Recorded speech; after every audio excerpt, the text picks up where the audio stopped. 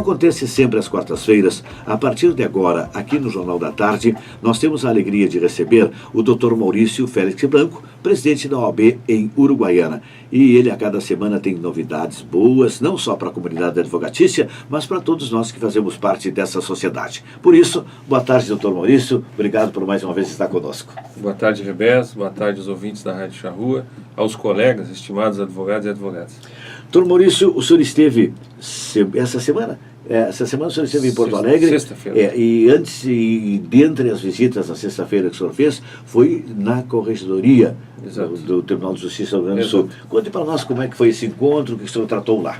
Bom, um breve relato, né? Nós estamos muito atentos aí à situação da Justiça Estadual Uruguaiana. É uma situação bem complicada, bem complexa. Sim. Nós temos um déficit de funcionários muito grande, 25% da força de trabalho da Justiça Estadual está reduzida, tá? Então é bastante, e há uma precarização em razão disso. Sim. Da prestação de serviço, né? Sim, da jurisdição em consequência. Então nós temos um quadro grave, né? Agudo, grave, crescente. E nós nos preocupamos muito. Tivemos uma reunião inicialmente no dia 14, na segunda passada, com a comissão mista, que fazem parte dos juízes, servidores, a OAB, Procuradoria e Defensoria do Estado. E ali nós conversamos, apontamos algumas situações que nos chegaram de advogados e colegas. Tivemos uma conversa muito boa, muito franca e muito construtiva, como tem sido na comissão mista. E dali nós tiramos uma posição e fomos então à Corregedoria do Tribunal de Justiça em Porto Alegre. E lá tivemos reunido com o doutor Luiz Felipe de Cesar. Sim. Luiz Felipe de Cesar é o corregedor da região. E colocamos para ele a situação. Em Uruguaiana, para você ter uma ideia, hoje, entre a ordem de expedição, que os advogados vão entender bem o que eu estou dizendo agora, mas eu creio que muitos clientes dos advogados também vão perceber o que eu estou falando. Entre a ordem do juiz de expedição da citação, que é o início do processo, até a citação, que é o momento onde a outra parte toma ciência do processo. Então, entre a ordem de citação e a citação, leva-se, em média, 18 meses. 18 meses, um ano e meio. Isso para que todo mundo entenda que, além dos colegas advogados, que vocês já sabem bem, né? Entre o juiz mandar e o oficial de justiça chegar na minha casa, leva um ano e meio. Exatamente. Então, meu Deus, nós tivemos uma situação esses dias, para ser bem prático e pontual, nós tivemos uma situação esses dias de uma pessoa que procurou a justiça através de um advogado, pagou as custas, e aí as custas, R$9.000 mais ou menos, aproximadamente R$9.000, e passaram-se mais de ano, e a outra parte, que é quem está sendo demandada, e que deveria pagar aquilo que essa parte está cobrando, sequer sabia ou tinha conhecimento que a ação tinha sido ajuizada. Então é um quadro complicado, porque Rui Barbosa já dizia, né? Justiça que tarda, o que demora não é justiça. Justiça falha. É falha. Então, e por mais que haja empenho dos servidores, dos juízes, que não há nenhuma omissão dos servidores, absolutamente. A questão aqui, venho aqui publicamente fazer, né, inicialmente a defesa da advocacia, porque também muitas vezes os clientes pensam que o advogado é desidioso. Isso. E quando de fato não é. O que falta é a estrutura do judiciário, em que pese também o trabalho, o denodo, a competência dos juízes e servidores, ainda assim, pela falta de servidores, de muitos servidores, como eu disse, 25% a menos. Eu fiz um levantamento em todo o estado do Rio Grande do Sul, nós somos a comarca com o maior déficit, um dos maiores déficits. Perdemos aí para a vacaria. Então fomos lá, a corregedoria, conversamos, foi uma conversa muito boa também. O corregedor virá Uruguaiana, diz que virá com uma solução, apontará uma solução para esse quadro. É um quadro complicado. E nós estamos aí vivendo dias difíceis, e a gente sabe que na crise financeira, né, as ações judiciais do litígio aumentam. Exatamente. E a resposta do judiciário tem que ser imediata, né? Ou o mais imediata possível. Em Uruguaiana, infelizmente, nós não estamos conseguindo. Então fomos à corregedoria e lá estivemos. E agora aguardamos do Tribunal de Justiça uma posição. Sabemos que a Justiça Estadual também sofre com a crise no Estado. Perfeito. Existem cortes também no orçamento, mas é preciso estabelecer as prioridades, e nós fomos lá, digo nós, a Ordem de Uruguaiana, no sentido de que o Tribunal de Justiça, a Corregedoria, olhasse para a Uruguaiana como uma das prioridades para esse ano 2016. Não tem mais condição que o serviço, a prestação jurisdicional, siga dessa forma em Uruguaiana. A gente sabe que boa acolhida não resolve, mas essa boa vontade demonstrada pelo corregedor pode redundar, quem sabe, numa solução, se não total, parcial do problema. Uma das possibilidades que ele apontou é que estaria se abrindo um edital, né, para preenchimento de vagas de oficial escrevente uruguaiano, e ele, né, se comprometeu aí de olhar para a Uruguaiana para contemplar com algumas vagas. Então, existem possibilidades, existem soluções, assim, claro, paliativas, a curto prazo, mas também existe a possibilidade de combater isso a médio e longo prazo. Porque a situação em Uruguaiana não é de agora. Se os ouvintes, né, nos acompanham aí, sabem que essa situação da Justiça Estadual é uma situação que vem se arrastando há muitos anos. Quem sabe até uma força-tarefa se faz aí para resolver. Se for necessário, E, enfim, nós estivemos lá e levamos o pleito, e talvez até seja necessário, Revés, talvez até seja necessário, nós já fizemos isso em outras oportunidades, a Ordem já capitaneou isso, chamar as entidades, as forças aí, a sociedade de Uruguaiana, e nós fazemos uma caravana ao Tribunal de Justiça, porque permanecer nesse quadro, né, que é, ao nosso ver, um quadro falimentar da Justiça Estadual, é complicado.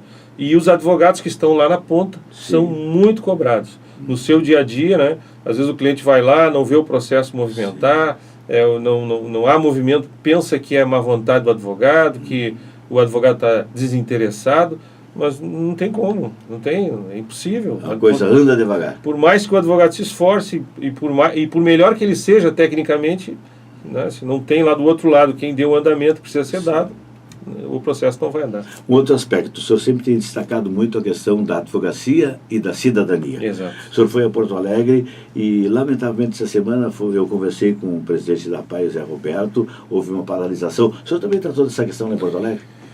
Na verdade foi o seguinte, eu estava indo a Porto Alegre, recebi um telefonema, né, e do Zé Roberto, que é o presidente da PAI, e conversamos sobre a situação da PAI e me comprometi em nome da Ordem de capitanear aí uma audiência ao Ministério Público. Fomos ao Ministério Público aqui de Uruguaiana na segunda-feira, estivemos reunidos com o Dr. Pablo.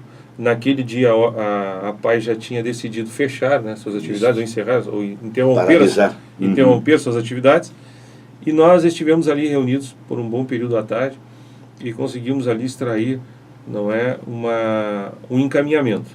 O Ministério Público deve chamar o município e o Estado, quem são os devedores da PAI, e ficou acertado ali que a PAI não interromperia naquele dia, né, ou menos o presidente ficou de levar essa proposta aos funcionários, e eles parece que aceitaram no dia seguinte, de não interromper os serviços até que se houvesse ou o pagamento ou a audiência.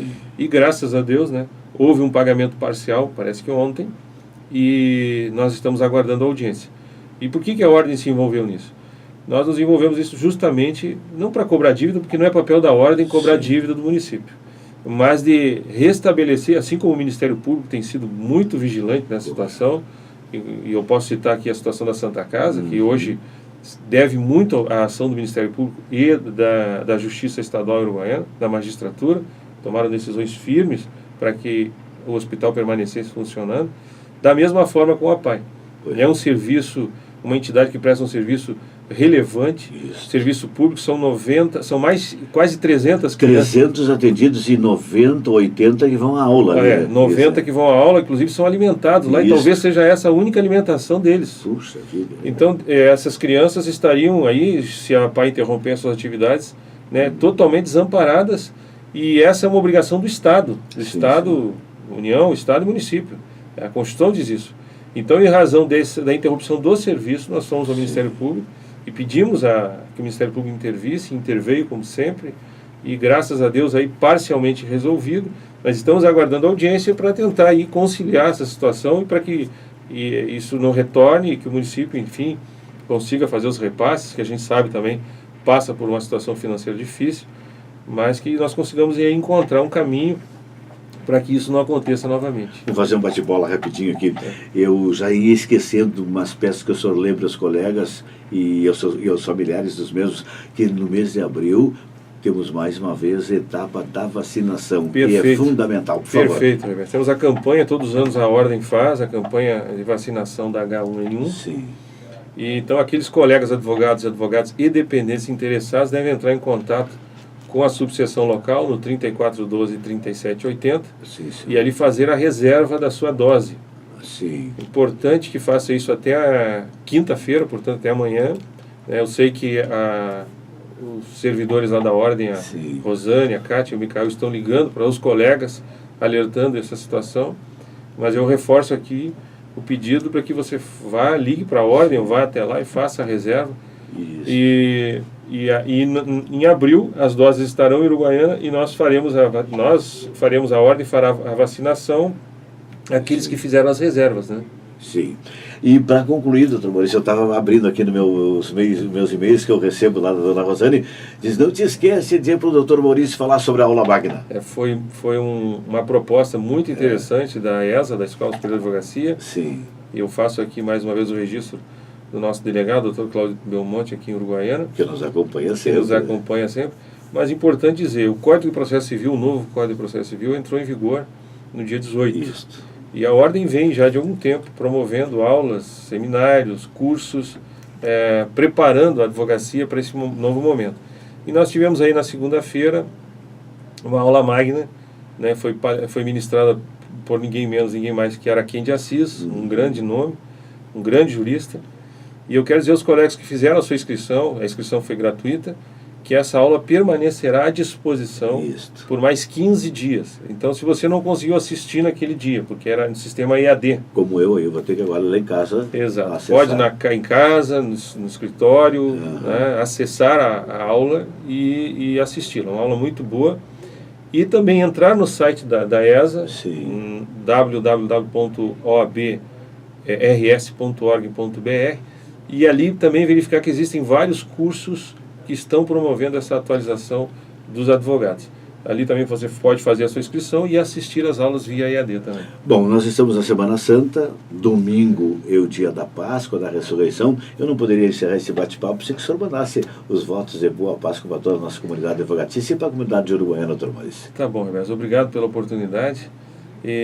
O nosso desejo sincero, mais uma vez, que no domingo, né, assim como Jesus ressurgiu, assim como ressuscitou, e nós possamos, trazendo vida e esperança, e nós possamos, todos nós que estamos precisando tanto nesses dias, não só no seio das famílias, por conta de várias situações e problemas às vezes que as famílias passam, mas enquanto sociedade, e nós possamos ressurgir com a esperança que Cristo nos traz, uma mensagem tão linda como essa, de entrega, de sacrifício, de renúncia, como foi na sexta, mas principalmente de vida, como foi no domingo.